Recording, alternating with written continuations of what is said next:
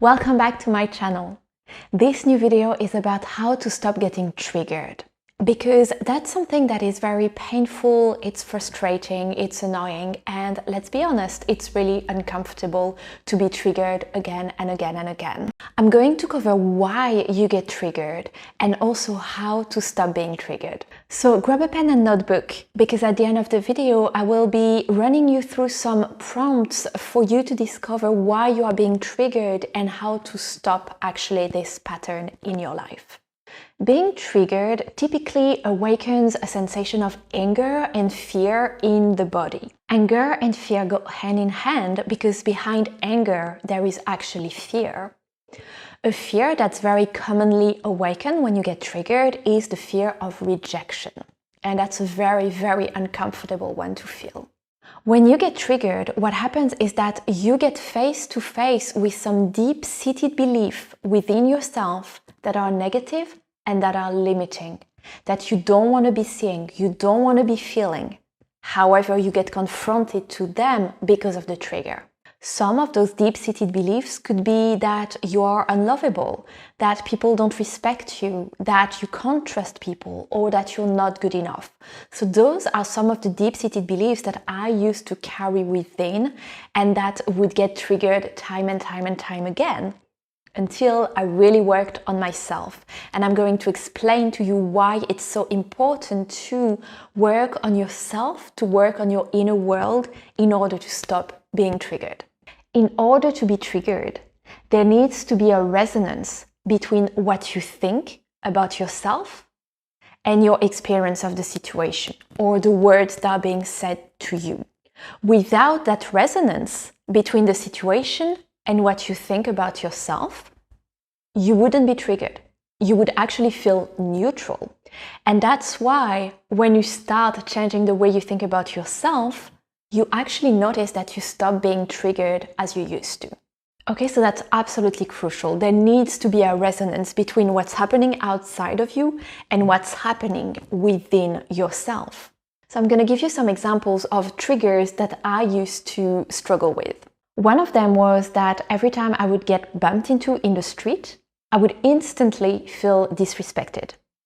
So that would be a massive trigger for me. And I know it lasted for a few years. When I moved from France to England, I was living in Manchester, and I don't know why, but in that period I kept being bumped into in the street, even more than when I moved to London, I think. And I would all the time feel so triggered and getting really angry because I would feel disrespected. So what was happening there was that the situation that actually had nothing to do with me, the situation resonated with that belief within me, which was, I am not respected. People don't like me, people don't value me, they don't respect me. And when I started shifting the way I thought about myself and working on this deep-seated belief that I had, which was, I'm unlovable, I completely stopped being triggered by that, completely. And looking back on it, it looks silly, but it was a very big thing for me at the time. Another example, maybe if you are a business owner and that you put your product or your service out there and that no one buys it, what may be triggered is the belief, I am not actually interesting, I'm not valuable, no one cares about me. And that's why every time maybe someone does not sign up for your service or someone does not buy your product, it actually triggers this sensation of being rubbish and not being valuable. And what happens with those triggers is that very often is only our perception of the situation that is creating the trigger. But actually there is nothing unfair or mean or anything in the situation. Sometimes there is, but sometimes there just isn't. Our mind gives a meaning to something based on the way that we think, based on what we focus on the most. When we start getting awareness around this, we can really avoid conflicts. A lot of tension, a lot of misunderstandings, a lot of arguments could be avoided when we actually take some distance and shift our perspective and understand that this is not about us. That this is only because it's resonating with something within us, but that the meaning we're giving to the situation is actually wrong. So after working on shifting your deep-seated beliefs that are resonating with the triggers, you will notice that you start to either feel neutral or feel a lot less triggered, so feel a lot more comfortable, calm, at peace, not have your confidence shaken when those things happen. Or even the triggers will just stop happening, like your external reality will change to mirror your internal reality. So again, it starts in the mind. Like if I get bumped into in the street now, I think absolutely nothing of it. I feel completely neutral about it because there's no more resonance. So that's where I invite you to get a pen and notebook and maybe pause the video and answer the questions. So the first question is, which beliefs about yourself get triggered most of the time? There's going to be 1, 2, or 3 that are going to be standing out. The second question is, how do you feel? How does it make you feel when you get triggered? The third question, are there any similar experiences that come up to your mind when you think about your last trigger? For example, the last situation that triggered you. Are there any examples in your past that are coming to mind that are very similar? The fourth question is your belief actually 100% true, or can you deconstruct it? And that's something I've talked about in my previous video as well. You will see that when you look for it, you're going to find evidence that your belief is not actually 100% true. The limiting negative one that keeps resonating with those triggering situations. You can find evidence against it. I guarantee you can. And that's where you start deconstructing the beliefs and finding why, how it is not actually 100% true.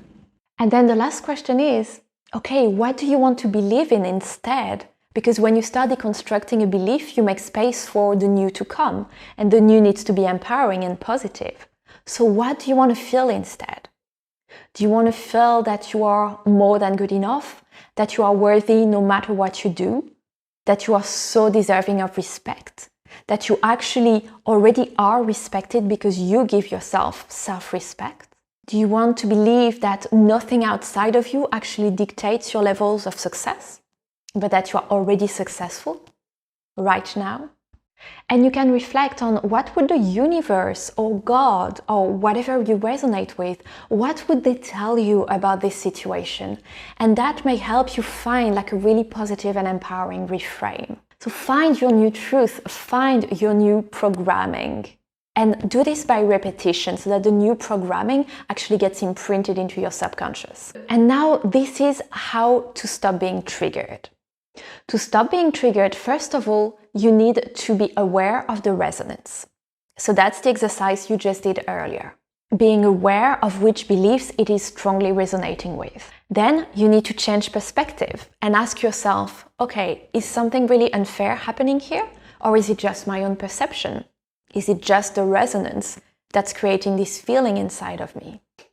And then, if there really is something unfair or mean happening in that situation, can you reaffirm to yourself your new paradigm, which is that you are good enough, that you are worthy, that you are safe no matter what, so that you keep cool, calm, grounded, and confident. So it's like reminding yourself that the belief that it is resonating with right now is not actually true. Okay, it is not true. And that's how you change your experience of reality. And sooner or later, your experiences actually shift. So all of the experiences that used to resonate with your old limiting beliefs, now because you've imprinted, hopefully in your mind, some positive empowering beliefs, you're going to be experiencing situations and people and words that are going to resonate with those empowering beliefs. So then it's a beautiful resonance happening, right? Because situations now more and more are going to mirror to you how good enough you are, how lovable you are, how valuable you are.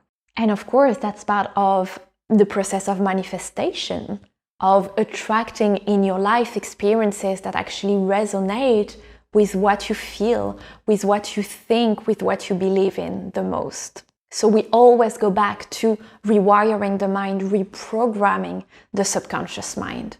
And that's something you can do by yourself. So I'm giving you tools here to start doing those things by yourself. But of course, if you need support, and there are some phases of life where we really need some support with someone who has already overcome those things, someone who knows how to help you, then you can of course have a look at a practitioner or a coach or somebody working with the subconscious mind to help you through this. So that's personally what I do with women, mostly helping them overcome their mental and energetic blocks so that they can actually get to the next level of confidence, the next level of success, the next level of their life. So if this video helped you and if you have any questions, please put them in the comments. And that's always so helpful. If you can like the video, subscribe to the channel. I'm going to bring you weekly videos, including some more meditations and hypnosis as well. And any questions, I'm here. Wishing you the most beautiful rest of the day. Bye.